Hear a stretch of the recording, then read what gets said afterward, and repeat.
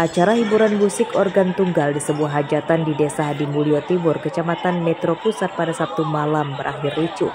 Seorang pengunjung tewas jadi korban pengeroyokan oleh pengunjung lain yang diduga dipicu masalah sepele, yakni bersenggolan saat berjoget.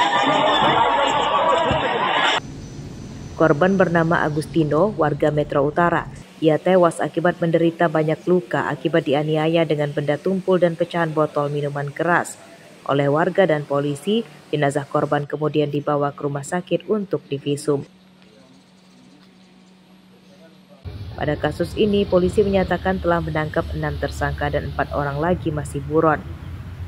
Kejadian pengeroyokan, kemudian terjadinya penganiayaan sehingga mengakibatkan meninggal dunia yang disebabkan adanya hiburan malam atau organ tunggal yang tepatnya di Jalan Macan 22 Kambingan ya, Kelurahan Hadimulyo Timur ya, Kecamatan Metro Pusat, Kota Metro. Nah, sementara ini untuk para pelaku sudah kita amankan sejumlah 6 orang dan namun ada 4 pelaku lainnya masih kita lakukan pengejaran. Nah, untuk korbannya sendiri dan itu keadaannya seperti apa, Dan? Ya, sementara untuk korban masih dilakukan otopsi di Rumah Sakit Bayangkara. Beberapa kayu, besi yang diduga dipakai tersangka untuk menganiaya korban dan mesin keyboard organ tunggal turut disita sebagai barang bukti. Setelah divisum, jenazah kemudian diserahkan ke pihak keluarga untuk dimakamkan. Sementara itu, polisi mengimbau tersangka yang masih buron segera menyerahkan diri sebelum ditangkap. Asep Saifullah melaporkan dari Metro.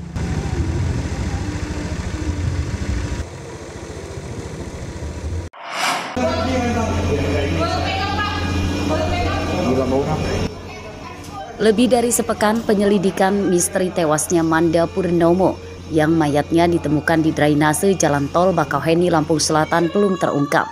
Hingga hari Jumat lalu, Polres Lampung Selatan telah memeriksa 15 saksi, 6 diantaranya dari kalangan anggota polisi dan Polda Lampung.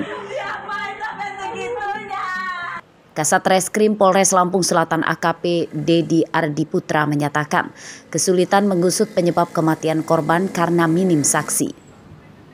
Mereka yang diperiksa saat ini adalah teman-teman korban, keluarga korban, pihak pengelola jalan tol, hingga petugas kebersihan jalan tol. Polisi kini fokus mencari rekaman CCTV jalan tol di sekitar penemuan mayat.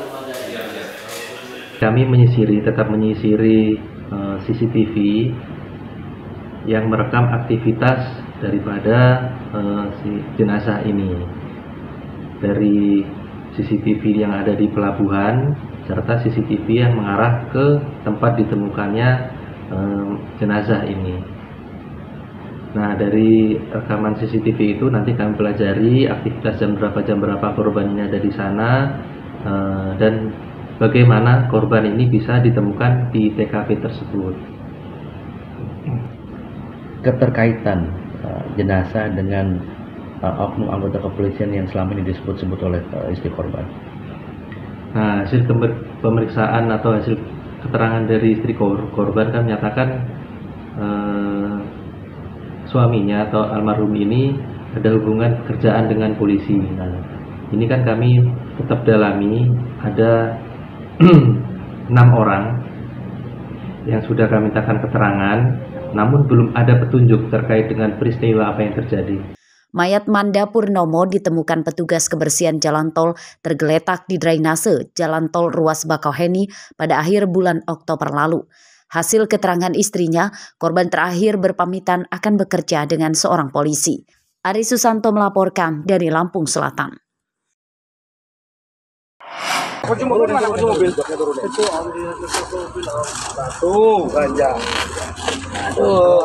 Kawanan kurir narkoba yang mengendarai minibus diringkus di pintu masuk pelabuhan penyeberangan Bakauheni, Lampung Selatan. Tersangka bernama Amin dan Yulianto, warga Padang, Sumatera Barat. Mobil tersangka awalnya dihentikan petugas yang menggelar razia rutin barang bawaan calon penumpang kapal Roro di pintu masuk pelabuhan Bakauheni atau Seaport Introduction. Polisi mencurigai gerak-gerik tersangka karena mereka malah berusaha melarikan diri saat akan diperiksa. Dari penggeledahan di mobil tersangka, polisi menemukan 3 karung berisi 159 kg ganja yang diletakkan di bagasi belakang. Dalam pemeriksaan polisi mengungkap ganja tersebut rencananya akan diselundupkan ke Tangerang, Banten kepada seorang bandar berinisial TD. Para tersangka menyatakan diberi upah 25 juta rupiah. Personil tim gabungan terpadu Siport Bakahuni itu dapat mengamankan 2 orang tersangka yang membawa paket 159 paket ganja, kalau di kilo itu jadi 159 kg. Dan itu rencananya dari Padang mau ke Tangerang. Oke. Saat ini kasusnya seperti apa, Bang? Kasusnya lanjut. Lanjut juga untuk 2 orang tersebut statusnya jadi tersangka, dan kemudian kita masih lakukan pengembangan kembali. Itu kan kalau dalam video modusnya seperti dalam karung terus taruh di bagasi, Pak? Iya. Modusnya seperti itu? Modusnya seperti itu, di bagasi dengan mobil kendaraan pribadi dia. Kedua tersangka kini ditahan di Mapolda Lampung berikut barang buktinya. Penyidikan kasus ini masih akan dikembangkan polisi untuk memburu bandar besarnya. Robi Laste melaporkan dari Lampung Selatan.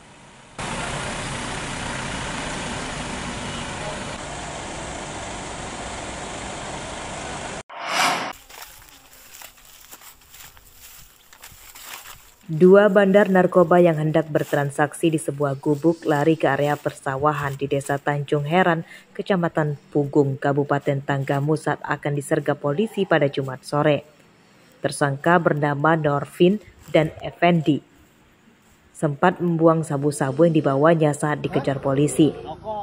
Rokok sama kaca piret. Iya, itu pegang.